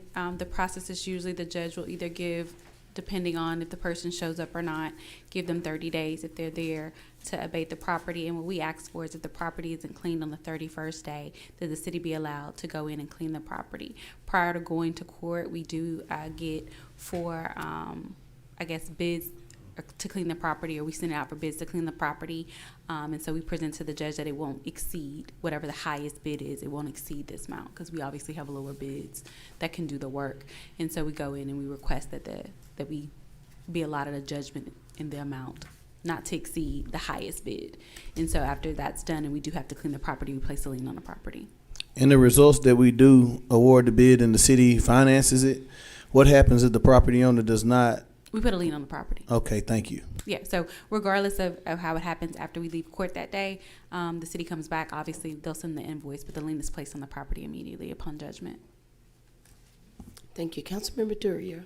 So what type of cost are we talking about as far as ballpark figure to clean up a property like that, or with the trash and the weeds and things like that? It depends. The average cost to clean a property ranges anywhere from $2,500, depending on if there's high grass or high equipment that needs to be moved. The highest that we've ever received, I believe, was $7,500, and that's because there was large equipment and we needed several trucks to haul off. So depending on how much debris and how much harborage it is, in that particular one where it was $7,500, we actually had to take down a fence and then move several heavy items out, which required additional stuff. They also had to cut grass and cut things, so that one was just excessive.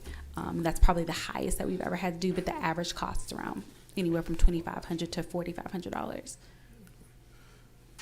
Just want to thank Ms. Foote. I work with her daily, and she's very responsive, and she gets her people out there right away.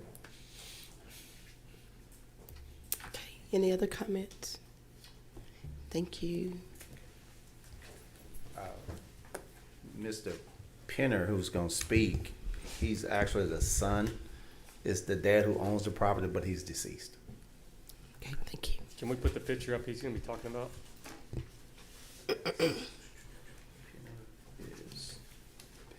Charles Street. Yeah. Let me pull it up.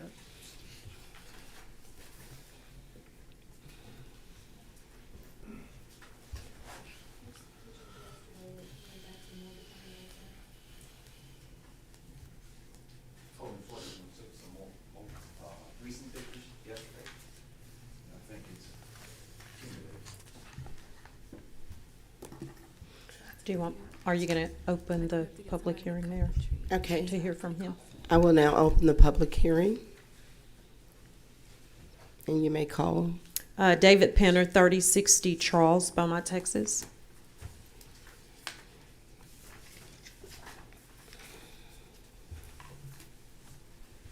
Good evening. I would like to request a little more time. I know that it's been a long time. Some of this is new, some of it's old. I want to get it clean. I don't want my neighbors not wanting to live beside me. But I have a question. Does the city of Beaumont facilities have to live by the same ordinances that I have to live by?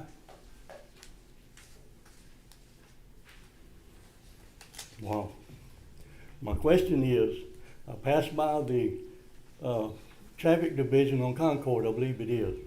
They have piles of scrap iron laying around the yard. I was driving down Delaware the other night, and a big rat ran across the street up close to Dowling in one of y'all's better neighborhoods. I was in Rogers Park, and a big rat runs across the park. So if I'm harboring rodents, how do you explain them being in a city park that gets mowed on a regular basis? Oh, I'm sorry, I would like to have some more time. You have more time, sir. No, I'm saying to get my yard clean. I'm tired of dealing with bullies and tyrants and terrorists. This lady Okay, stalks sir. me. Sir, one moment. Can you come to the podium, please? Yes, she does. Okay, I so, apologize for my outburst, but it's just, I've been dealing with it as long as she has. It's frustrating. okay, well, Mr. Penner, the pictures that we see on our screen are from April the 19th, and the pictures that we just looked at were from yesterday. Yes. And your property is worse than it was. I can't believe that because I have removed some stuff. I put some stuff out on the curb. I carried some stuff to the scrapyard. Okay, so we're It may looking look at, worse because some of it's moved around. and there's a possibility that that could be the problem. The But- grass is probably higher now. It's rained a couple of times. No, we haven't had rain in quite some time, sir. I weed eated some, I'm weed eating some more. I'd be doing today if it wasn't for the rain and being here. But we're looking at a problem that's been going on since 2019. So we're, 2020. since According to her. 2020, I'm sorry, okay. Since 2020, so that's been 2 years. Yes. You're asking for an extension. And if it hadn't been done in 2 years, then if we grant you an extension, then how can we say that you're going to do it within the extended I time? can only ask for your mercy. I'm working on it. I'm trying to get it done. I've had some friends over to help me remove stuff, cut the grass. It didn't get that way overnight. It's not going to get clean overnight. No, it did not. But in all fairness, you know, like you said, you want your neighbors to be able to live next door to you. Oh, yeah, and neighbors. Why don't they take a picture of the house next door that 2/3 of its floor is dirt? So, Why don't they take a picture of the house down the street that the roof's being ripped off of and the the roof material the deck's turning gray? well, I'm sure, sir, you could probably give a lot of examples. And unfortunately, we're speaking about your property today, Exactly. though. Why am I being bullied? No, Why you're am I not. being, yes, ma'am, yes, ma'am. Sir. I feel bullied. I have the right to feel bullied. Well, I'm sorry you feel that way, sir, because I think they've been very, very lenient with you because it's been going on for 2 years. And within 2 years, if you had just picked up one item a day, you would probably have it cleaned by now. So I wouldn't give you an extension. You Me will? personally, no, I wouldn't. You would not? Okay. No, sir. All right. Because I think it's unfair that your neighbors do have to live next door to this. And then because your yard looked like that, then they have to worry about rodents coming into their homes. Okay, that's another one. Has anybody proved I have rodents in my yard? I haven't seen any. Well, I haven't been on Charles Street, and I'm only taking what I see versus what our employees it's have like I said about reported. the rodent in the park. But There's I'm no not going to go weeds back no and litter forth in the with you. park. Okay. We're not going to go back and forth because I know that you're upset about it, and I'm sorry, but then we have neighbors that are upset, and we have codes and regulations that we have to abide by also. And I've extended your time to let you speak even after you walked away from the podium. But unfortunately, you've said what you've had to say, and we are looking at what we're looking at, and it's been a problem for 2 years. So we will deal with it accordingly, and I'm sure you will get a response, okay? I just ask for y'all's mercy. Thank you so very much All for I can coming do. today. Clean it on. Okay, I will now close the public hearing, and Mr. City Manager, will you please read the item number 8? City Clerk, is there anyone else? No? No, sir. Okay, thank you.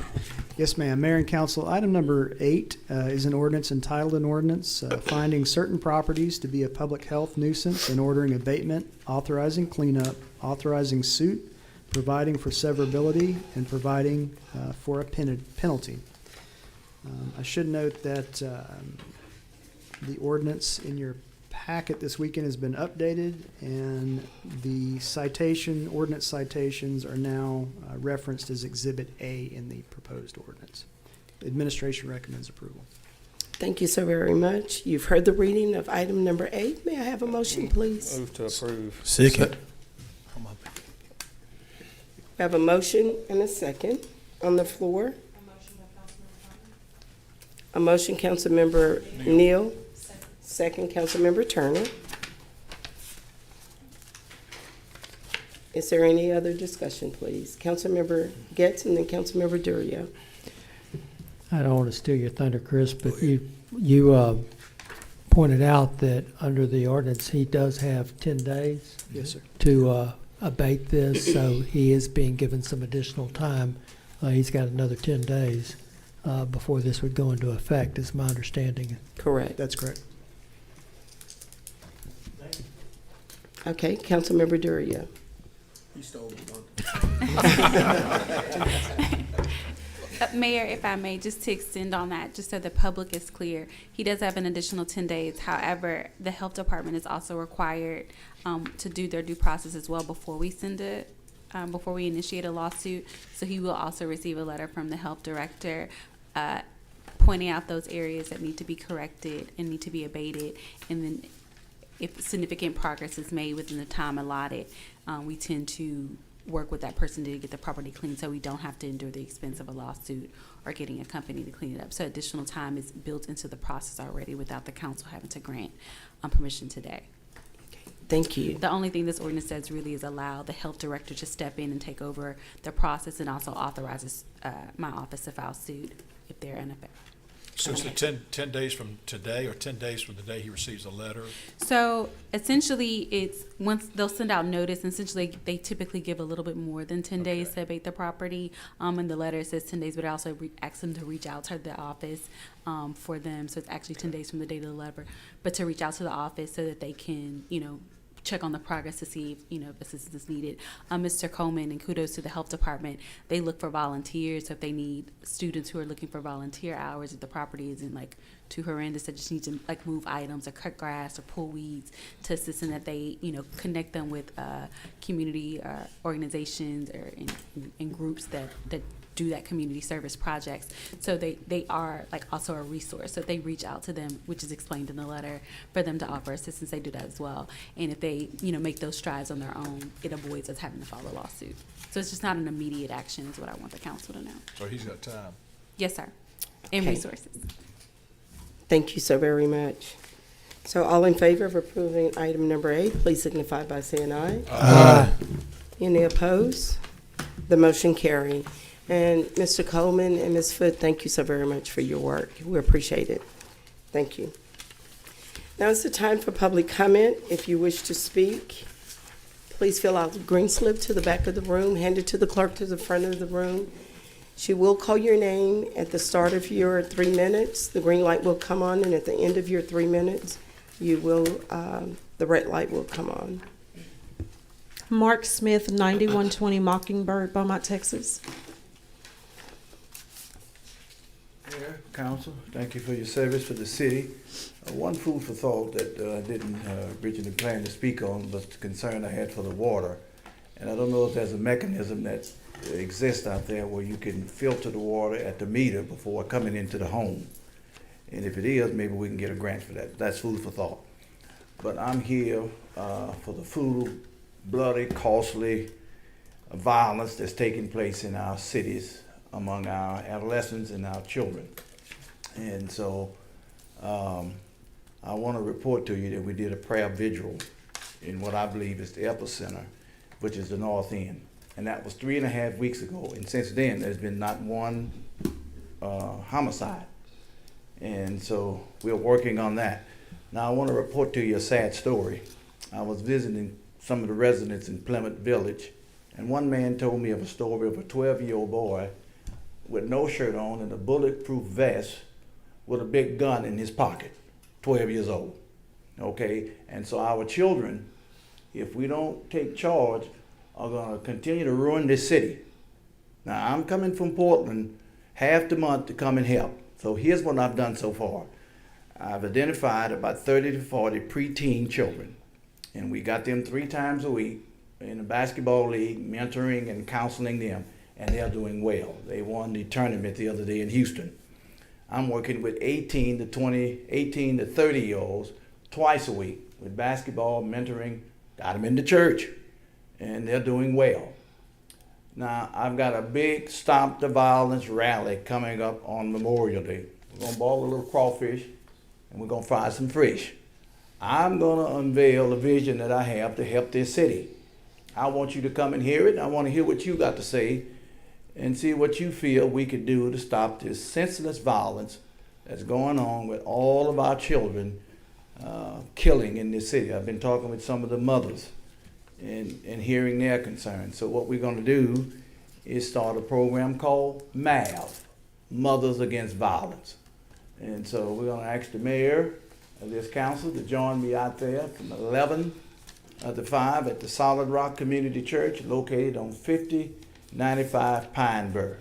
And so let's clean up our city, let's save our children, and not let our children continue to ruin our great city. Amen? Amen, Reverend Smith. Thank you for this time. Thank you so very much. Appreciate you. That's all I have, Mayor. Thank you. Now is the time for council member comment, and I will start with you, Council Member Durio. Couple things. Hear a lot of people speak. What they need to realize is we have a system in place called 311 that can address all of your concerns, and it needs to be used. You call 311 and they will get you in touch with the right person at the city of Beaumont or anywhere in this area. It might be county, but they can tell you who you need to speak with, and they can get you started on the right path to addressing your concern. So just say it's a good system. It's already in place. It makes a record of it when you call in, and it'll take care of your problem. One other thing, I've been noticing a lot of litter. I seen a friend of mine the other day had on a t-shirt said, "Don't mess with Texas." I'm asking y'all, don't mess with Beaumont, Texas. Quit littering. I know everybody can't do it, but I pull over sometime in my car and I see some stuff on the side of the road, and I get out my truck and pick it up and throw it away. Everybody can't do that, but Councilman Turner said he saw somebody throw something out the window. He pulled on the side of them, rolled the window down, and told them to pick it up. But we got to start somewhere. This is our city, and we need to keep it clean.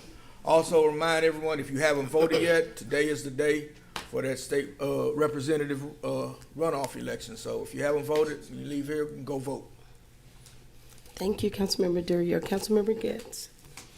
I want to thank the Beaumont Children's Museum for hosting City Council at an open house earlier this morning and giving us the opportunity to walk through and see what their programming is like, see what their exhibits is like.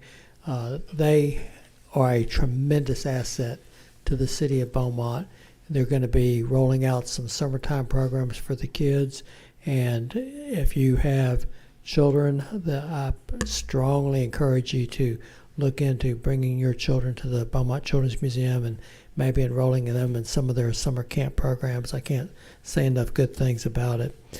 Chris, I echo everything you say about litter, and I noticed that we do have a commercial that the city of Beaumont's staff has produced, and I've seen it on some public service announcements that kind of talks about don't litter in Beaumont, and I like to see that more often on public service announcements because I think it makes a subconscious impact on people. When they see that, they'll think about that before they throw something out the window. Thank you, Mayor. Councilmember Turner. Yeah, you guys, my wife wasn't too happy about me getting into an engagement with the dude throwing the trash out the truck, but maybe one day I'll stop, but I can't help it. I don't like people throwing trash in our city. But then on the positive note, we hear some bad things going on with our youth, but I want to highlight the fact that a lot of kids are graduating from grade levels all the way to high school, going off into the world doing great things. So I'd like to congratulate all these graduates. I spoke at a 5th grade graduation at Amelia Elementary today, and those kids, man, they really made me proud. So on a positive note, though we have our youth doing some bad things, but we also have our youth doing some amazing things, and they're graduating, moving on with their education. And lastly, I want to piggyback with Mike Harris again. Like I said, every time we call, we text, you're responsive. Ms. Lynn Foote, you as well. You're very responsive, and I want to apologize that you had to deal with someone pointing in your direction. That's not acceptable. So you're doing your job. I appreciate it, and thank you, okay? Thank you. Councilmember Felshaw. No comment. Thank you, Mayor. Councilmember Samuel. Yes, I want to also thank you, Ms. Foote, for the job that you do, and all the city employees in trying to make sure you do your part in making Beaumont a better place. I'd also like to commend Mr. Willie Williams on the job that he's doing over at ML King, and those young people. They are truly some of our young leaders. That's an example. We have to continue to show them the benefits of doing the right thing. So I appreciate what they're doing, and commend Mr. Chaz Hall, the young man that was here. I watched him as a little boy coming up. So I guess. So now you're telling. I am getting there, but I'm very proud of the work that he's doing now over at ML King. Thank you. Councilmember Neal. I couldn't get it out. Nothing, City Mayor. Manager? Thank you. Nothing. Okay. I would also like to say again, please get out and vote today. It's a big runoff election. If you have not voted, please get out and vote today. Also, to piggyback, Councilmember Getz, on what you said about the Children's Museum, their summer camp will begin June 13th, and it runs for 8 weeks. And so it's a great, great program that they're offering. A lot of things we really didn't even realize that they did offer. So if you're interested in getting your kids into a fun, active, educational camp, please check out the city's Children's Museum. We were quite proud of the work that they're doing. Also, to the staff, Lynn, and to Mr. Coleman, thank you so very much for what you're doing. It's not an easy job. It's not easy to go out and assess the properties that you go out and assess, but thank God that you have the job that you have. And it's not to harass anyone, it's just to keep our community and the public safety, adhere to the public safety laws. Also, to all of our veterans, thank you, and if you can, please get out. And on Memorial Day, they put out a beautiful, beautiful program out at the cemetery, and it's quite interesting. There's a table that's set where there's a missing soldier, and so it's again just a beautiful ceremony, and hope you get to go out. And again, Chris, thank you for your service to our country. Also, while sitting up here, last year we were told of Mrs. Melba Dupree, who turned 100 years old, and she was one of my supervisors at AT&T, and she will be turning 101 on Thursday. So if any of you know of her, she lives at Pipkin Street, and if you know her, you know where she lives. She's lived there a long, long time. But she will be celebrating her 101 birthday on this Thursday. And so with all of that being said, thank you for coming. But I want to also, I'm sorry, thank my staff. They came and brought me some hot tea. So my little Minnie Mouse voice kind of went away. And thanks to them. But I want to thank each and every one of you for coming out, and we're going to recess to executive session. Go out and spread the love.